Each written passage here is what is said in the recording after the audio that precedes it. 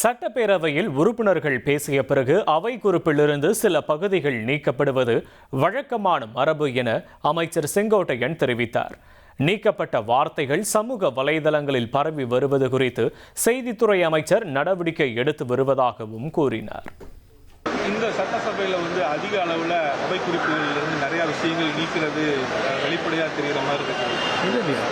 எப்போதுமே இதுபோன்ற நிலைகள் தொடர்ந்து நடைபெற்றிருக்கிறது என்பது நான் அறிவேன். பல நாட்களாகவே முழுமையாக கூட ரத்து செய்ய அங்கே நீக்கப்பட்டிருக்கிறது. ஆனால் இன்றைய நிலை பார்க்கின்ற போது சட்டமன்றத்திலே பேசியதற்கு பிறகு நாம் நீக்கப்படுகிறது. அது நேரடியாக ஒளிபரப்பு செய்யப்படுகிற காரணத்திலையும் மக்கள் பார்த்து விடுகிறார். ஆனால் சட்டமன்ற பதிவேட்டிலே இருக்கக்கூடாது என்பதுதான் மரபு.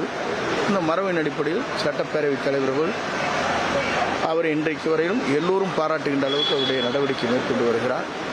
நம்முடைய தமிழக முதலமைச்சரை பொறுத்தவரும் சிறந்த ஆட்சியை தமிழகத்திலே தர வேண்டும், நேர்மையான ஆட்சியை தர வேண்டும் என்பதிலே தெளிவாக இருக்கிறார். மூலமா வெளியே வந்துருது. அது அப்படி போடக்கூடாதுன்னு சபாநாயகரும் சொல்லியிருக்கிறாரு. பட் அதை ரீல்ஸ் மூலியமா அந்த அவை குறிப்புகளை நீக்கப்பட்ட விவகாரங்கள் அனைத்துமே ரீல்ஸ்ல நிறைய மில்லியன் நியூஸ் போற அளவுக்கு எல்லாமே இருக்கு.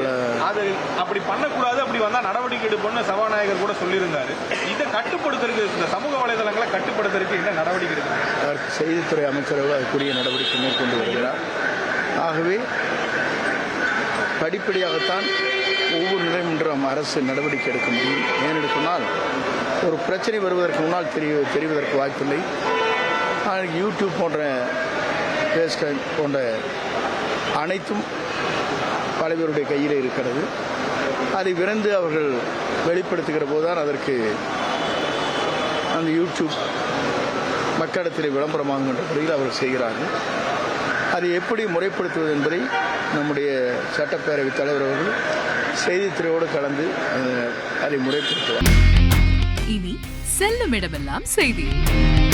தந்தை டிவியின் வாட்ஸ்அப் சேனலை ஃபாலோ பண்ணினா செல்ல இருக்கும் இடமெல்லாம் செய்தி. இதோ QR கோட் இப்பவே ஸ்கேன் பண்ணுங்க, ஃபாலோ பண்ணுங்க.